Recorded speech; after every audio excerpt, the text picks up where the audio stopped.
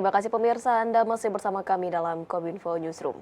Pemirsa, PT Jasa Marga tengah bersiap menghadapi lonjakan kendaraan jelang libur Natal 2022 dan Tahun Baru 2023. Dalam laman resmi Jasa Marga akan membuat rekayasa lalu lintas dan juga penerapan kontraflow. PT Jasa Marga bersiap menghadapi lonjakan kendaraan jelang libur Natal 2022 dan Tahun Baru 2023. Dalam laman resmi Jasa Marga disebut telah menyiapkan strategi khusus agar arus lalu lintas dapat berjalan normal. Kepadatan puncak arus lalu lintas diprediksi terjadi pada Jumat 23 Desember dan 30 Desember 2022. Dengan kendaraan keluar wilayah Jabodetabek pada H-7 Natal sebanyak 2,73 juta kendaraan. Diperkirakan arus lalu lintas akan padat di 4 gerbang tol utama, yakni gerbang tol Cikampek Utama, Kalihurip Utama, Ciawi, dan Cikupa. Untuk mengatasi arus lonjakan, Operation and Maintenance Management Group Hotel Jasa Marga Atika Dara Prahita mengatakan akan memaksimalkan rekayasa lalu lintas seperti kontraflow di tol Jakarta Cikampek. Kemudian juga akan memfungsikan penambahan satu lajur di tol Jakarta Cikampek mulai dari kilometer 50 hingga 67. Strategi lainnya adalah penambahan gardu operasi di sejumlah gerbang tol dan mengatur distribusi kendaraan di akses masuk tol. Tidak hanya itu, Jasa Marga juga akan mempercepat perbaikan infrastruktur tol agar pengguna jalan nyaman dan aman saat melintas. Selain itu, Jasa Marga mengimbau masyarakat yang mudik untuk menggunakan aplikasi Travoy. Fitur baru Travoy mampu memberikan informasi secara otomatis terkait situasi terkini arus lalu lintas. Bagi para pengguna jalan disarankan memeriksa kendaraannya terlebih dahulu dan pastikan badan dalam keadaan sehat saat berkendara. Menteri Komunikasi dan Informatika Johnny G. Plate meninjau progres pembangunan Balai Besar Perangkat Telekomunikasi di Tapos, Jawa Barat. Balai Besar Pusat Pengujian Telekomunikasi tersebut memiliki 5 laboratorium baru dan terbesar di Indonesia yang mampu melakukan pengujian terhadap keamanan dan kesehatan masyarakat.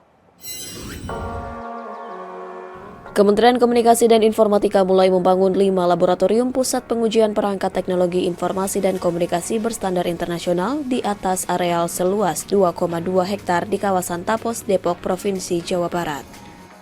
Lokasi ini menjadi kompleks perkantoran baru bagi Balai Besar Pusat Pengujian Telekomunikasi yang terdiri dari 5 gedung dikerjakan oleh PT PP selaku pemenang lelang. Adapun 5 laboratorium tersebut diantaranya Laboratorium Electromagnetic Compatibility atau EMC untuk memastikan gawai tidak mengganggu dan memberi dampak negatif bagi perangkat lainnya. Kedua, Specific Absorption Rate atau SAR untuk uji keamanan perangkat dan dampaknya terhadap kesehatan masyarakat. Ketiga, Laboratorium Radio digunakan untuk mengukur frekuensi dan daya perangkat supaya tidak menimbulkan intervensi. Keempat, laboratorium non-radio menjadi tempat menguji perangkat optik yang akan digunakan untuk membangun fisik infrastruktur oleh para operator. Kelima, ruang kalibrasi untuk menjamin ketelurusan metrologi alat ukur serta mendukung pemeliharaan perangkat monitoring. Dan terakhir, laboratorium televisi digital berguna untuk menguji perangkat televisi yang akan dijual. Menteri Komunikasi dan Informatika Johnny G. Plate mengatakan, pembangunan laboratorium yang berada dalam Balai Besar Pusat Pengujian Telekomunikasi Direktorat Jenderal Sumber Daya dan Perangkat Pos dan Informatika tersebut merupakan komitmen Kementerian Kominfo untuk meningkatkan sinergi dengan pemangku kepentingan serta menerapkan standar global, terutama berkaitan dengan pengujian dan kalibrasi perangkat digital. Sebagai gate atau pintu membantu industri di dalam negeri untuk dapat masuk ke dalam pasar internasional. Mengapa gate? Karena masuk dan keluarnya perangkat semuanya diuji di sini.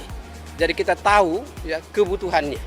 Ini bisa mendorong juga untuk industri kita substitusi impor, memproduksinya sendiri di sini atau bahkan untuk mendorong ekspor. Dan yang ketiga, spektrum management. Spektrum management ini penting saat ini kan.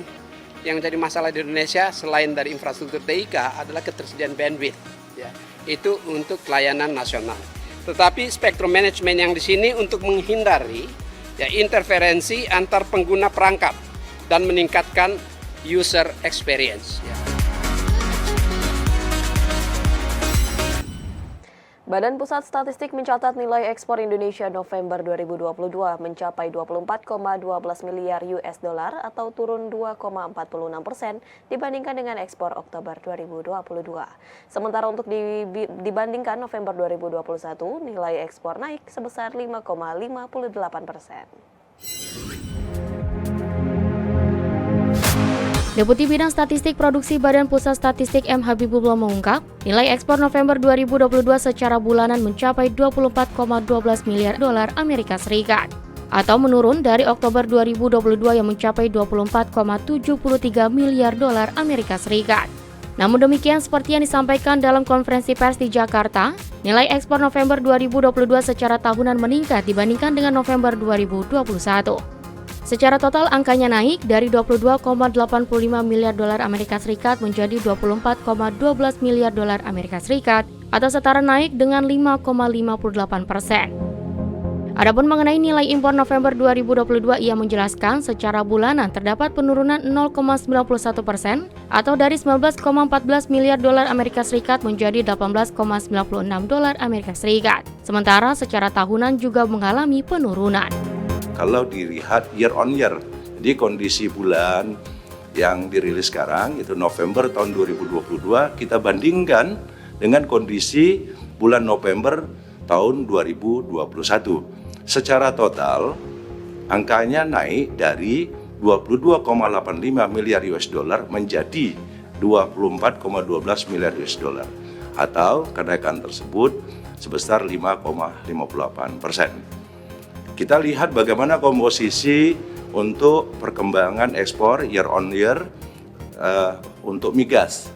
Jadi nilainya turun dari 1,34 miliar US dollar menjadi 1,14 miliar US dollar atau turun sebesar minus 15,23%. Di sisi lain, neraca perdagangan Indonesia hingga November 2022 mencapai 5,16 miliar dolar Amerika Serikat atau membukukan surplus selama 31 bulan berturut-turut. Total ekspor November 2022 senilai 24,12 miliar dolar Amerika Serikat, terdiri dari ekspor migas sebesar 1,14 miliar dolar Amerika Serikat, ekspor pertanian, kehutanan, dan perikanan sebesar 0,42 miliar dolar Amerika Serikat. Ekspor tambang dan lainnya senilai 5,89 miliar dolar Amerika Serikat dan ekspor industri pengolahan sebesar 16,68 miliar dolar Amerika Serikat. Sementara itu pemirsa, Bank Rakyat Indonesia menghadirkan UMKM Export yang diselenggarakan pada 14 hingga 18 Desember 2022. Ajang ini bertujuan untuk mendorong produk UMKM lokal mampu untuk tumbuh berkelanjutan hingga ke pasar internasional.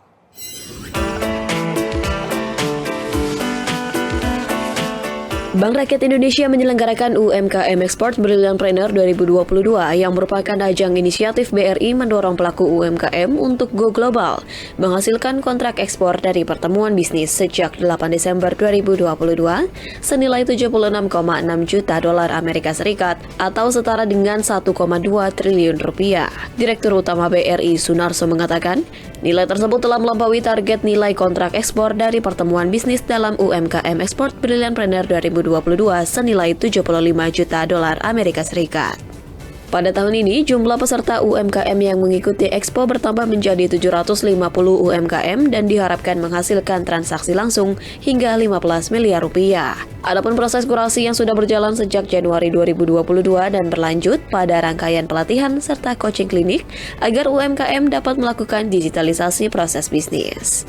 Tahun ini Pak, kita targetkan 75 juta US dollar targetnya. Alhamdulillah hari ini saya dapat laporan, ternyata baru jalan dari tanggal 8, sekarang realisasinya sudah 76,7 juta dolar rupiah.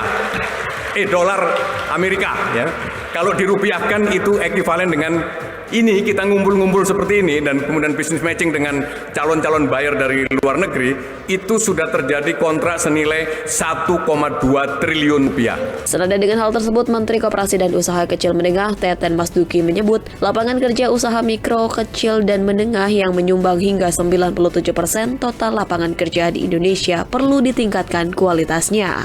Ia menyebut UMKM tidak hanya memerlukan pembiayaan untuk modal kerja, tapi juga untuk melakukan investasi agar kapasitas mereka dapat meningkat. Kerjasama berbagai stakeholder baik pemerintah, perbankan maupun pelaku usaha juga diperlukan untuk mendorong proses peningkatan kapasitas UMKM tersebut, termasuk mendorong penyerapan produk UMKM. Karena Bank Dunia sudah memberikan catatan kepada Indonesia supaya Indonesia segera menyiapkan lapangan kerja yang lebih berkualitas. Ya, karena itu kita harus bisa meningkatkan yang mikro ini ya menjadi lebih baik lagi, baik kapasitas usahanya maupun kualitas produknya, supaya lapangan kerja kita jauh lebih berkualitas. Pemirsa, usai jeda kami akan kembali dengan informasi menekan kasus KDRT dalam rangka penurunan kekerasan sesaat lagi.